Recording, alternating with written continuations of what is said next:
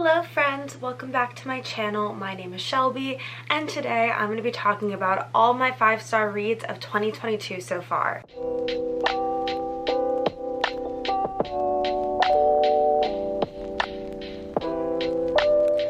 So I have missed a lot of wrap-up videos for the year with my hiatus and everything, and I didn't want to do a huge video talking about everything I've read from I think like May to now, because that video sounds like absolute hell to film and edit.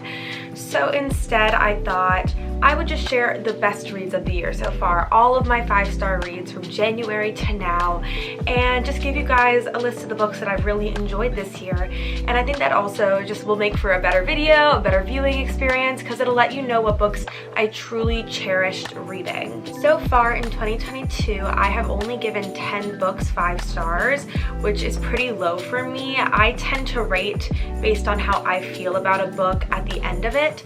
So if a book was maybe not the best written or told, but I had so much fun reading it, that's gonna get a higher score than a book that was well thought out, well plotted, well written, but I just wasn't really enjoying. I think that there is a huge stigma about rating a lot of books 5 stars. People think that you aren't reading it critically or analytically, but honestly, if you feel strongly enough about a book to give it 5 stars, go for it. With that being said, I do only have 10 books this year that I have rated 5 stars, and they range from fantasy to YA to romance, so I am really excited to get into it and let you guys know what I've been enjoying. I will be going in chronological order from the beginning of the year, so I can make a list based on genre in the description box if you guys would like that, but I generally am just gonna go through the timeline of the books that I have read since January to now that have been 5 stars. So let's get started. The first book I gave 5 stars this year was The Girl Who Fell Beneath the Sea by Axie.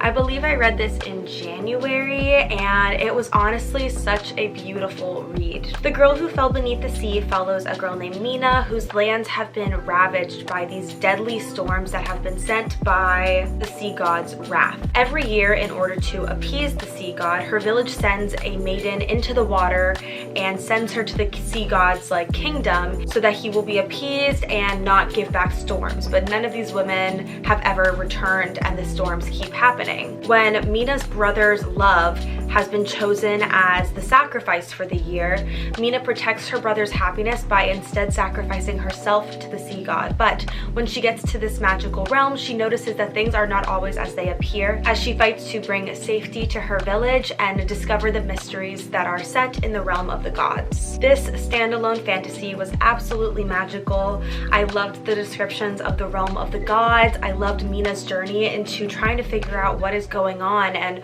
what is wrong with this realm that she has visited, and trying to save the sea god and her village.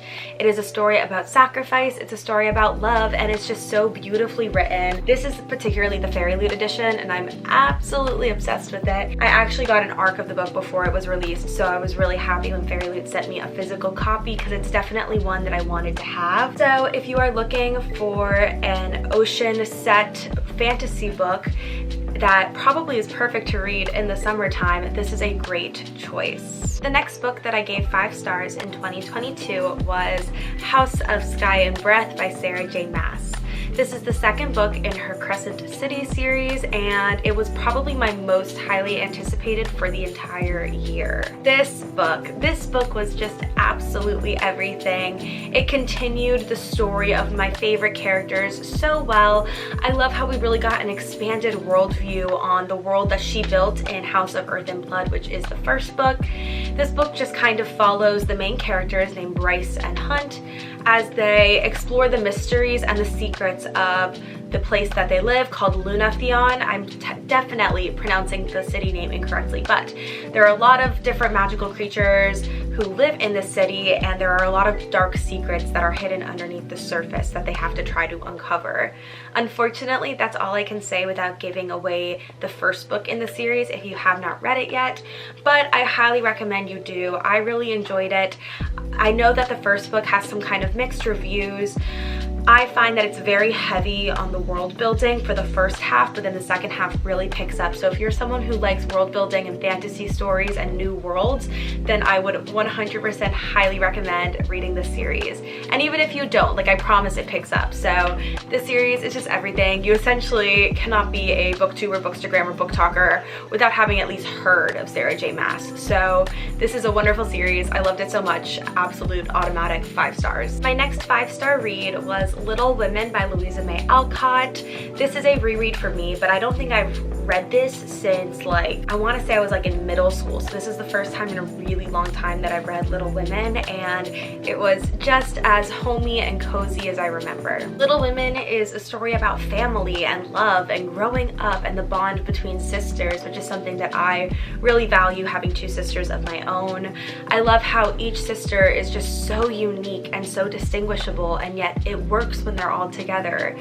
This book is sad and it's happy and it's funny and heart-wrenching and really just all the emotions.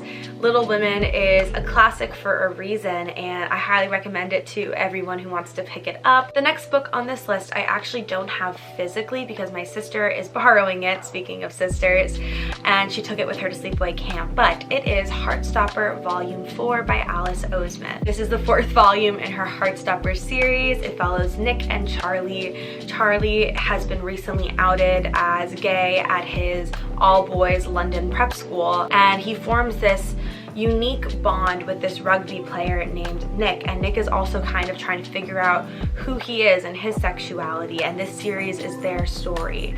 That's kind of a summary of the first book. This book dealt with some really hard topics like mental health and eating disorders and how to help someone you love when they are going through a really tough time, and those kind of hard questions you have to ask yourself. I think it did a really great job being really sensitive about these topics, and I didn't feel like they were just plot devices. A lot of times in books, sometimes I feel like mental health issues are used to move the plot forward, which I don't think is really healthy for the stigmatization of it. So to see this book kind of bring it up and talk about it in an organic way was really nice for me. This book is just filled with so much amazing representation, and if you have not watched the TV adaptation on Netflix, I highly recommend it. I think it's so truthful to the story. I mean, Alice Oseman herself did the script for it. So if you've read the Heartstopper series or you're waiting for your copy to come in, highly recommend checking out the Netflix show. And this 4th book was just so wonderful and hard-hitting, and I cannot wait for the 5th volume to come out. The next book I'm going to talk about is a romance, and that is The Simple Wild by K.A. Tucker. I was not expecting to enjoy this book as much as I did. I actually kind of went into it thinking it was, you know, just gonna be this like slow burn. I don't know. I didn't expect to like it, as I don't know what I'm saying, but I did not expect to like this book as much as I did. I definitely did not expect to cry during this book, but here we are. The Simple Wild follows Calla, who is living a pretty much ordinary life in Toronto, when she gets a call saying that her estranged father, who she has not seen since she was 2 years old, is dying, and that she should come back to Alaska to, you know, get to know her father and say goodbye. Calla is really hesitant at first, but she then decides that it's the best course of action to go meet this man who she has not seen since she was 2. And while she is trying to get there, she meets this really gruff pilot named Jonas who works for her father, and they kind of develop this enemies to lovers relationship, all while Calla is, you know, trying to get to know the man that she thinks abandoned her. I loved the progression of Jonas and Calla's relationship, but more so, I loved the progression of Calla and her father's relationship. There's so much hurt and anger there that they have to kind of work through over the course of this book, and I think that was just such a beautiful journey. I love when romances go deeper than just, you know, the romance in the book. I mean, I love reading romances. I think they're great, but sometimes, you know, you want a little bit more soul with the romance, and this book definitely delivered it. It was hard-hitting. I keep saying that, but I really do mean it. It made me cry. It was just such a beautiful story, and I absolutely adored it. It is 100% a new favorite romance, probably in my top 10 now, and just definitely deserves the 5-star rating. Funnily enough, the next book that I have that was a 5-star read is actually the novella for The Simple Wild, and it's called Forever Wild. This is the sequel to the book series. We follow Jonas and Kala, who are kind of trying to make a relationship work when they come from very different backgrounds, and it was just a really fluffy, nice read. Like, was it really filled with like plot and intrigue? No. But I loved the characters so much from The Simple Wild that getting to see a book where they were just kind of living their lives was really nice, and I really enjoyed it. So definitely this book also got a 5-star from me. Don't you just love when the battery dies in the middle of filming? Yeah, that's super fun. But now we kind of have a half-charged battery, and I'm praying it makes us through the rest of this video. So let's keep going. I think we just finished Forever Wild, which means that the next book that I gave 5 stars in 2022 is Daughter of the Moon Goddess by Lynn Tan. This gorgeous, beautiful, amazingly written book is kind of like an odyssey almost, following the daughter of the moon goddess as she is kind of sent to Earth for her protection, and she must find a way to lift the curse that has been placed on her mother so that her mother can leave the moon where she has been trapped. This book follows the daughter. We follow the moon goddess's daughter from when she is first sent to Earth for her protection all the way through her growing up and becoming this great warrior and learning the secrets of the land and how to lift the curse that the kingdom has placed on her mother. It is this beautiful like journey from when she was scared and naive and young, and you see her kind of blossom into this woman and this warrior. It was just so much fun to read and see that development take place over time for the character. The writing itself was like almost lyrical. I mean, it kind of felt like reading poetry at times, which I know some people don't always love, but I think it really worked with this book and this setting. It just all kind of made the book sing to me almost, and the characters were three-dimensional, even the side characters, which I always appreciate because I feel like that really gives depth to the story itself. I love the mythology and the magic behind this tale, and I absolutely love Lynn Tan's interpretation of the moon goddess mythology, which I didn't have much experience with until reading this book, so that was really exciting. I definitely think if you read The Girl Who Fell Beneath the Sea, which is a much shorter book and is 100% a standalone, and you enjoyed that book, then you will also really enjoy this one. They both kind of take inspiration from the legend of Chung-E, and they both interpret the myth in really different and unique ways, which I think is really fascinating. So yeah, I definitely recommend reading this book, and if you're unsure going into it, I recommend reading The Girl Who Fell Beneath the Sea first and then this book. The next book I have here is a spicy romance, so younger audiences beware, and that is Oaths and Omissions by Sav R. Miller. This is the third book in her Monsters and Muses series. This is a high-level spice dark romance, so be aware if you don't like dark romances, if you don't like morally gray men with questionable morals, maybe this book is not the one for you. However, I loved it. I thought it was so wonderful. This series each follows a different couple, so in this book we are following Lenny and Jonas, and it kind of goes with the fake dating / fake marriage trope. Something else I really like about this series is that each book very loosely follows Greek mythology. So the first book is kind of a very loose, inspired Hades and Persephone retelling, and it's all modern. So it's a modern retelling that has very loose associations with that mythology.